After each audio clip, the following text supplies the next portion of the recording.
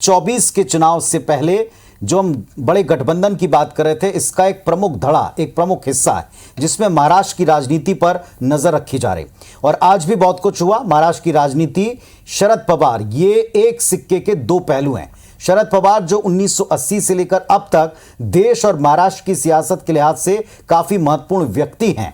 वो कभी कांग्रेस के साथ थे, कभी कांग्रेस के खिलाफ। उन्होंने अपनी नई पार्टी एनसीपी बनाकर अपना जनाधार तैयार किया, तो जिस कांग्रेस से बगावत कर एनसीपी बनाई, उसी कांग्रेस के साथ फिर से गठबंधन भी कर लिया। यानी महाराष्ट्र की सियासत कभी शरद पवार से परे नहीं रही। लेकिन जब से अजीत पवार ने बगावत की है, तब से देर सबेर वो सुर्खियों में बने रहते हैं। तो क्या है शरद पवार और अजीत पवार की सीक्रेट मीटिंग? और इसके साथ साथ आज उस मीटिंग के बाद जो प्रेस कॉन्फ्रेंस हुई, उसका डिटेल भी मैं आपको इस रिपोर्ट में देने वाले। नहीं,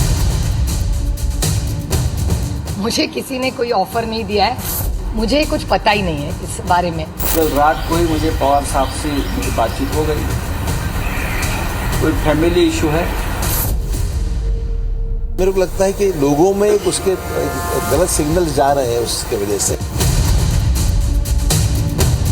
महाराष्ट्र की राजनीति में अजीत पवार और शरद पवार की सीक्रेट मीटिंग को लेकर तरह तरह के बयान सामने आ रहे हैं। नमस्कार। जब से भतीजे अजीत पवार ने बगावत कर कई विधायकों को अपने पाले में कर लिया और महाराष्ट्र में बीजेपी की सरकार में डिप्टी सीएम बन गए, तब सबको यह लगा कि शरद पवार के हाथ से पार्टी निकलने वाली है। लेकिन पिछले 29 दिन में शरद पवार और अजीत के बीच 4 बार हुई मुलाकात को लेकर जो खबरें आ रही है, उस पर कांग्रेस नेता पृथ्वीराज चौहान ने दावा किया कि बीजेपी से शरद पवार को कैबिनेट मंत्री का पद ऑफर हुआ है।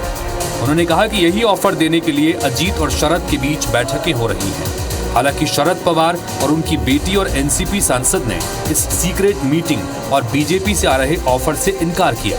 माझे उत्तर त्यांनी सांगितलं मला माहिती नाही, पण तिची काय ते मुझे किसी ने कोई ऑफर नहीं दिया है। सिर्फ 15 अगस्त का एक बड़ा सेल चल रहा है बहुत जगह, तो इसलिए कुछ महंगाई इतनी बढ़ी है, तो शक्कर, आटा, कुछ सेल चल रहे हैं बहुत सारे ग्रोसरी स्टोर्स में। मैंने पेपर में पढ़ा, वो ऑफर मुझे पता है, बाकी कोई ऑफर मुझे कुछ पता ही नहीं है इस बारे में। ना मुझे किसी ने ऑफर दिया है, ना किसी ने मुझसे बात की है। तो शिवसेना नेता संजय राउत ने कहा कि अजीत पवार इतने बड़े नेता नहीं हैं कि वो शरद पवार को ऑफर दे सकें। तो कांग्रेस का कहना है कि ये उनके परिवार का मामला है, लेकिन ये जितनी जल्दी सुलझ जाए जनता के लिए उतना अच्छा है। कल रात को ही मुझे पवार साहब से मेरी बातचीत हो गई। कोई फैमिली इशू है, उस बारे में वो बातचीत और मीटिंग की, ऐसा उनका कहना था। पवार साहब हमारे नेता है, मार्गदर्शक है। सो ये जो बातचीत या जो बातें बाहर आ रही है, उसमें कोई तथ्य नहीं है। एनसीपी के बारे में निश्चित तौर पर उन्होंने कहा है कि हमारा ये फैमिली इशू है और हमारा इसमें कोई ऐसी कोई राजनीतिक भूमिका नहीं है। पर मेरे को लगता है कि लोगों में उसके गलत सिग्नल जा रहे हैं, उसके वजह से। और लगातार ये चीज़ें आने से एक लोगों में एक संभ्रम का वातावरण निर्माण हुआ है। उसको जितना जल्दी दूर करेंगे उतना बेहतर है। अटकलें ये भी लगाई जा रही हैं कि अगर अजीत पवार शरद पवार को मना लें, तो अजीत पवार बीजेपी के समर्थन से मुख्यमंत्री बन सकते हैं। और कयास ये भी लगाए जा रहे हैं कि अगर शरद पवार अजीत पवार को समर्थन दे दें, तो बनाया जा सकता है। हालांकि सभी नेताओं ने इसका खंडन तो कर दिया है, लेकिन ये राजनीति है। यहाँ कब कौन कैसे पाला बदल ले, इसका अंदाजा कोई नहीं लगा सकता। Bureau report, IBC 24।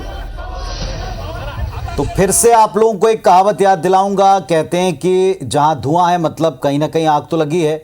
और बड़े बड़े नेता आकर इतनी सफाइयां दे रहे हैं और कहते हैं कि हमारे पास तो कोई ऑफर नहीं है, तो फिर देश में किस ऑफर की चर्चा है? एक बड़ी बात यह है फिर से कि 2024 के लिए जो प्रमुख चेहरे हैं, उनमें शरद पवार सबसे बड़े चेहरों में से एक हैं। वो अगर पाला बदलते हैं, किसी और पाले में जाते हैं, तो फिर आप गठबंधन की सूरत कैसी होगी, इसकी कल्पना ही कर सकते हैं। इसीलिए सब ने क्लियर किया कि वे दरअसल हैं कहां। और इसीलिए जो है राजनीति का चाणक्य भी शरद पवार को कहा जाता रहा है। महाराष्ट्र की सियासत में क्यों वो महत्वपूर्ण है, ये भी हमने रिपोर्ट में दिखाया।